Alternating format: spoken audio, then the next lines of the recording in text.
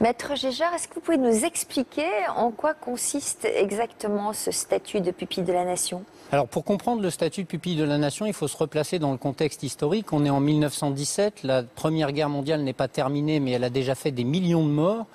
Et l'État se rend compte qu'il va y avoir un nombre incalculable d'orphelins qui vont se retrouver dans le besoin. Et à la fois pour prendre en charge ces orphelins, mais aussi, comme le disait Yvonne, pour rendre hommage à ceux qui sont décédés pour la nation, on va créer ce statut de pupille de la nation.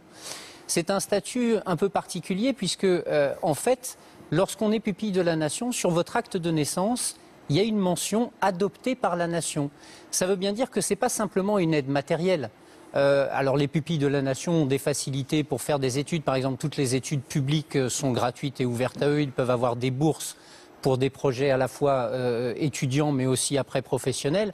Mais il y a aussi tout un entourage psychologique. Il y a une cellule spécifique, il y a vraiment une sorte d'équipe de tuteurs qui est là pour aider ces enfants à passer ce cap absolument très difficile qui est celui de la perte d'un être cher, surtout lorsqu'il est un peu un héros.